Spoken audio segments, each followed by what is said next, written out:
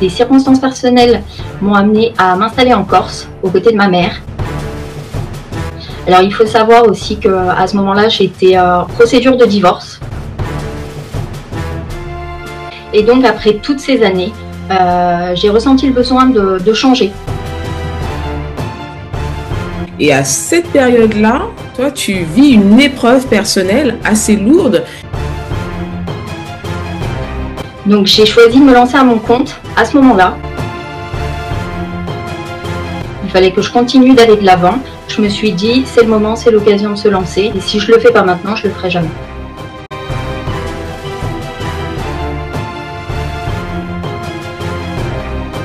Bonjour à toutes, c'est Leslie, formatrice certifiée au métier de l'assistanat virtuel. Alors aujourd'hui, j'ai le plaisir d'accueillir Claudine, qui est assistante freelance en gestion administrative depuis 2024 et qui a suivi en parallèle la formation devenir assistante freelance en 90 jours.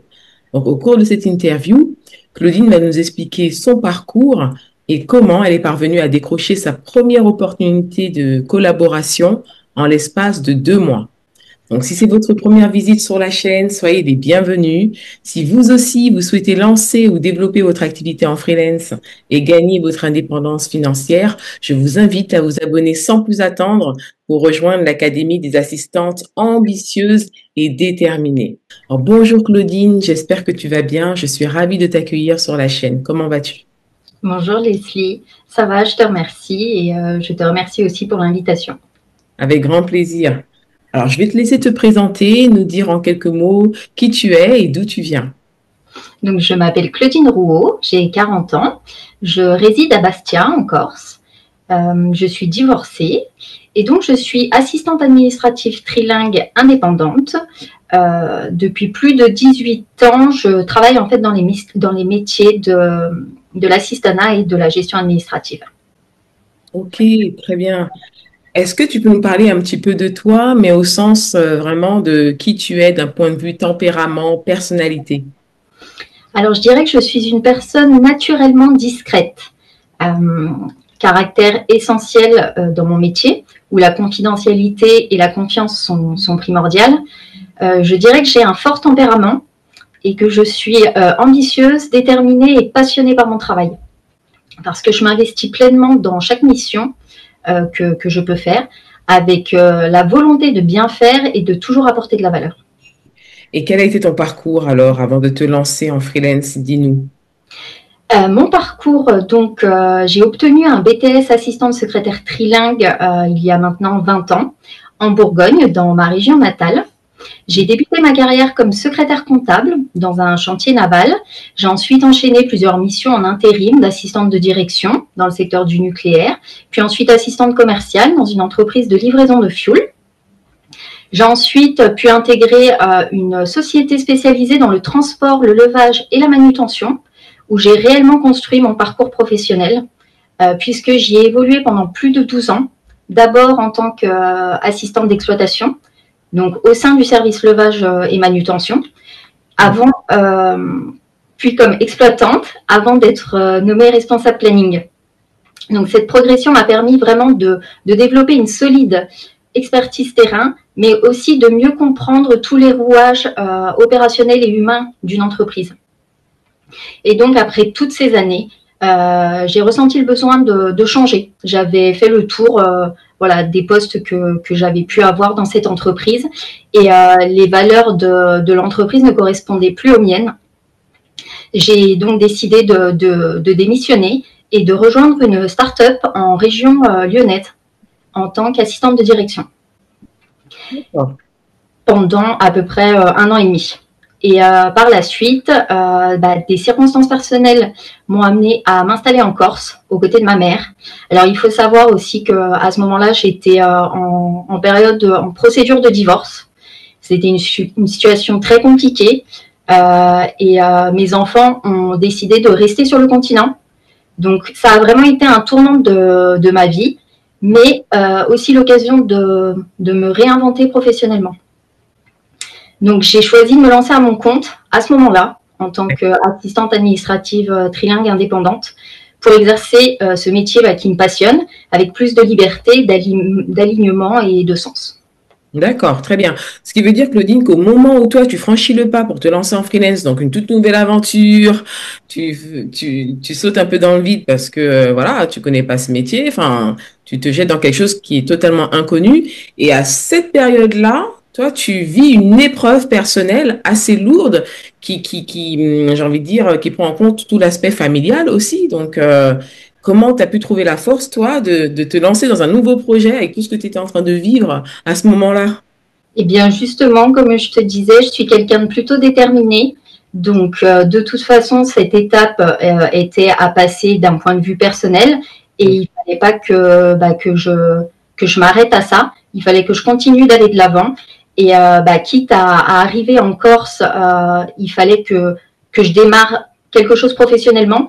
Et plutôt que de chercher un emploi de salarié, je me suis dit, c'est le moment, c'est l'occasion de se lancer. Et si je le fais pas maintenant, je le ferai jamais. Absolument. Ça dénote une sacrée force de caractère quand même, hein. Et quel a été le déclic alors, du coup, pour devenir assistante freelance?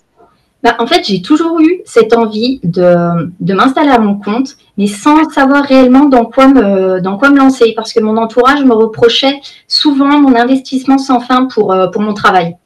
Et je réalisais pas que ce métier d'assistante, que j'exerçais en fait en tant que salarié, pouvait s'exercer aussi en tant que freelance. Et le déclic, il m'est vraiment venu dans ma dernière expérience dans cette start-up où je travaillais, qui louait aussi des bureaux. Et un jour, un artisan a loué un bureau pour développer son activité de plaquiste. Et tout ça dans le but de pouvoir recruter à long terme une assistante.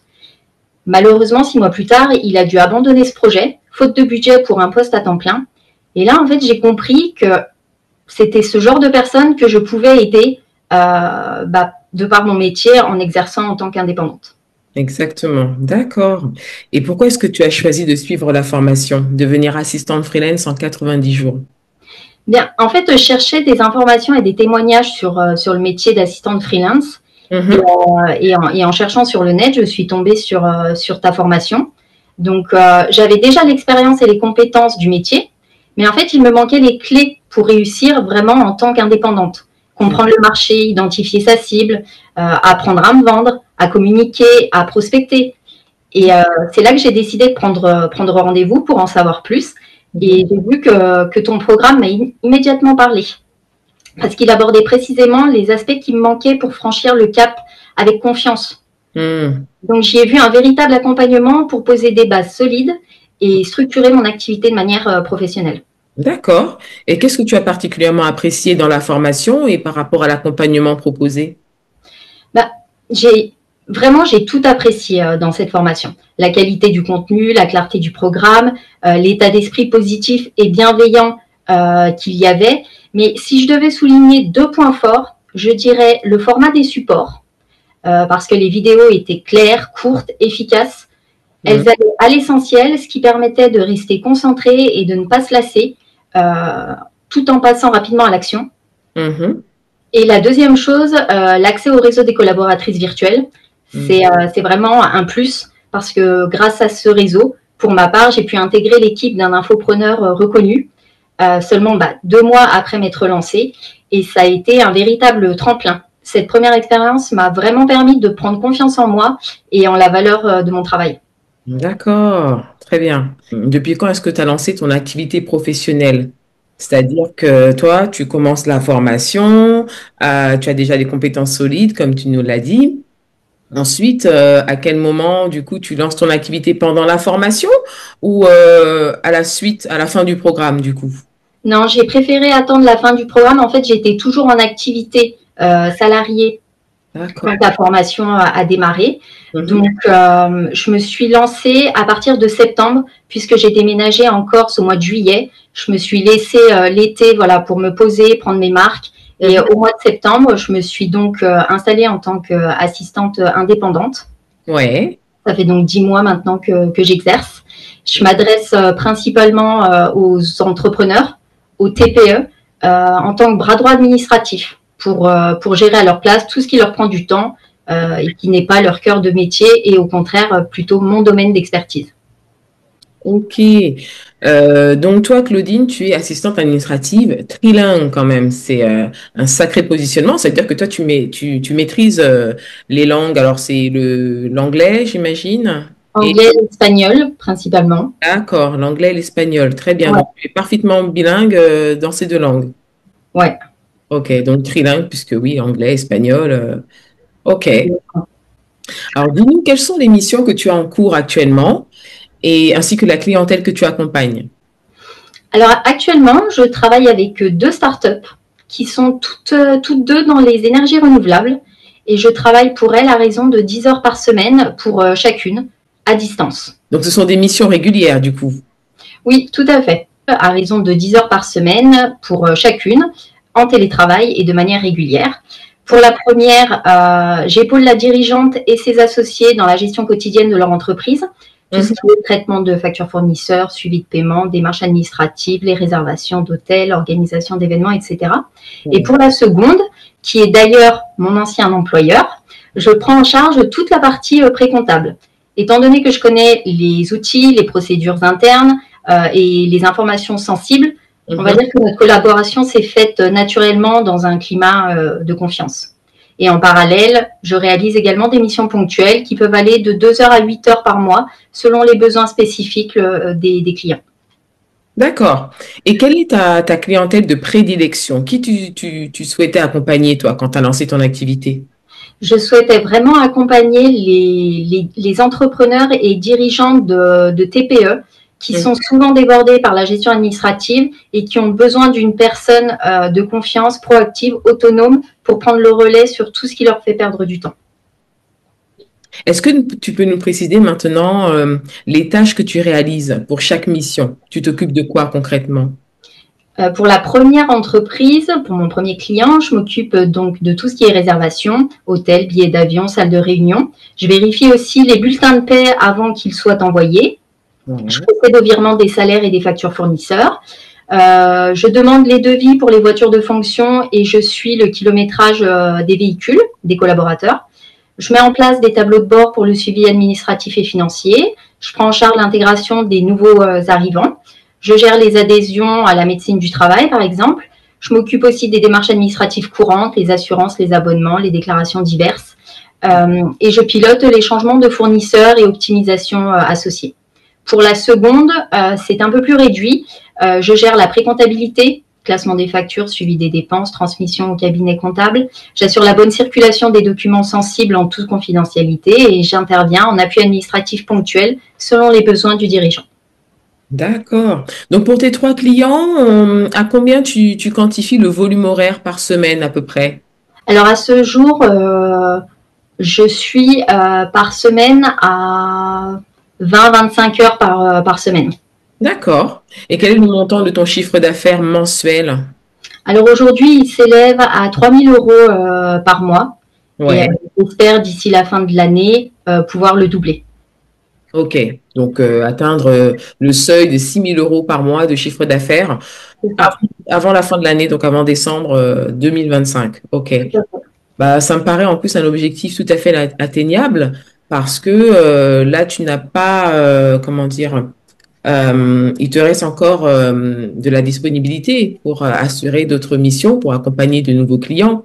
Donc, tu as Exactement. exploité toute ta capacité en termes de volume horaire, donc, parce que tu es, je crois, à une vingtaine d'heures.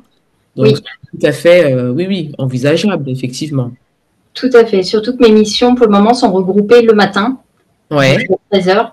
Donc ça me laisse vraiment les après-midi maintenant pour pouvoir trouver de nouveaux clients. Absolument, oui, tout à fait. Et à ce jour, est-ce que tu as décroché de nouvelles, enfin, d'autres opportunités professionnelles, des partenariats, des interviews ou autres? Alors récemment, j'ai été contactée par local.fr qui a été intéressé par mon activité, notamment parce qu'ils n'en avaient pas dans leur portefeuille. Et ils m'ont proposé de créer mon site internet gratuitement en ne facturant seulement les frais techniques mensuels. Et ça m'a permis d'avoir un site internet professionnel à mon image de manière très rapide et ce qui m'a permis de gagner aussi en visibilité et d'ancrer davantage ma présence locale. D'accord. Mais comment est-ce qu'ils t'ont connu? Alors, je pense qu'ils m'ont connue tout simplement par Internet, en cherchant un petit peu les nouvelles entreprises en activité. Et ils ont d'abord un petit peu sondé, à savoir si j'avais un site, depuis quand j'étais installée. Et ils m'ont proposé un rendez-vous et de fil en aiguille, on a réussi à trouver un terrain d'entente. D'accord, mais c'est une belle opportunité parce que comme tu n'avais pas de site internet, justement, je me suis demandé, mais par quel biais ils sont venus à toi, tout simplement. Est-ce que tu as une fiche Google My Business, Google? Enfin, non? Pas du tout. Non? D'accord. Non, je pense qu'ils ont vraiment utilisé les fichiers qu'on peut avoir par le biais de la Chambre des métiers, par exemple. D'accord. Moi, j'aimerais savoir comment est-ce que tu organises tes journées, ton planning professionnel, ta gestion vie pro, vie perso. Est-ce que tu as des activités annexes, activités sportives, créatives, d'autres projets, des passions que tu arrives à combiner justement dans ton planning? Alors, mes journées sont plutôt organisées de manière à allier efficacité professionnelle et équilibre personnel. Comme j'ai pu te le dire, je consacre mes matinées à mes clients réguliers pour lesquels je réalise les missions prioritaires. Après, je prends une petite pause déjeuner. Et l'après-midi, j'essaye un petit peu de prospecter, travailler sur ma communication, faire un peu de la veille ou encore me former et perfectionner mes langues parce que c'est quelque chose qu'on perd assez rapidement. Donc, je m'efforce de garder une certaine flexibilité dans mon emploi du temps pour préserver justement cet équilibre vie perso, vie pro. Après, vivant au bord de la mer, je m'accorde quand même dans mon planning, quand il me le permet, une petite pause dans la semaine pour rejoindre ma maman à la plage. Et puis, je l'aide également dans sa vie quotidienne en l'accompagnant, que ce soit à ses rendez-vous médicaux ou en course. Donc, c'est vraiment cette liberté d'organisation alliée au cadre de travail structuré que je me suis instauré qui me permet de rester motivée, productive et disponible pour mes clients comme pour mes proches. Exactement. En fait, tu as créé ton cadre de vie idéal, quoi. Exactement. C'est-à-dire que le matin, voilà, tu travailles, tu bosses dans le cadre de tes collaborations chaque matin. De quelle heure à quelle heure le matin, par exemple, ça dépend, ça varie ou tu as vraiment un cadre fixe que tu t'es imposé? Non, mes deux clients réguliers, c'est vraiment fixe. Une mission de 9 heures à 11 heures, la seconde de 11 heures à 13 heures, et après, j'axe autour. D'accord. Ah oui, donc ça veut dire, oui, chaque jour de 9 heures à 13 heures, tu t'occupes de ta clientèle et Tout à fait. l'après-midi, activité perso, la famille, ça c'est ouais, c'est l'idéal de pouvoir tout concilier. C'est vraiment C'est un atout majeur, ouais, ouais, ouais, ouais. c'est un vrai avantage. Hmm, absolument. D'accord. Et du coup, quel est le message que tu souhaiterais adresser aux assistantes, tu sais, qui, comme toi, aimeraient pouvoir disposer de leur planning comme elles le désirent, et puis voilà, rejoindre un accompagnement qui leur permette d'atteindre leur objectif. Alors, je leur dirais surtout de ne pas hésiter une seconde. Vraiment, la formation devenir assistante freelance en 90 jours, elle est à la fois concrète, structurée et motivante. En plus, il faut dire que tu es une formatrice authentique, bienveillante et surtout qui nous parle avec un vécu réel. On peut remarquer que tu connais parfaitement les enjeux du métier, les doutes qu'on peut avoir, les étapes à franchir pour se lancer sereinement. C'est vraiment une formation qui apporte de vraies clés pour poser les bases de son activité, gagner en confiance et passer à l'action. Donc, si on est prête à s'investir, c'est un vrai tremplin pour une nouvelle vie professionnelle. Super. Ben, merci Claudine pour ton message. Alors c'est vrai que depuis la formation, tu sais, j'ai eu la chance de t'accompagner, voilà, et de te voir évoluer progressivement avec une belle détermination et une implication sans faille, hein, je dois le dire. Et le fait que tu sois investi, impliqué, ben, cela t'a permis justement ben, de développer de nouvelles compétences. Vraiment, je dirais, assez solide et de saisir ces belles opportunités de collaboration. Donc, moi, je tiens à te féliciter pour ce beau parcours. Eh bien, je te remercie beaucoup. Voilà, tu peux être fier de toi. Et puis, donc, si vous avez apprécié cette vidéo, n'hésitez pas à la partager, sans oublier le petit pouce en l'air. Quant à moi, je vous retrouve très vite pour la prochaine interview. À bientôt!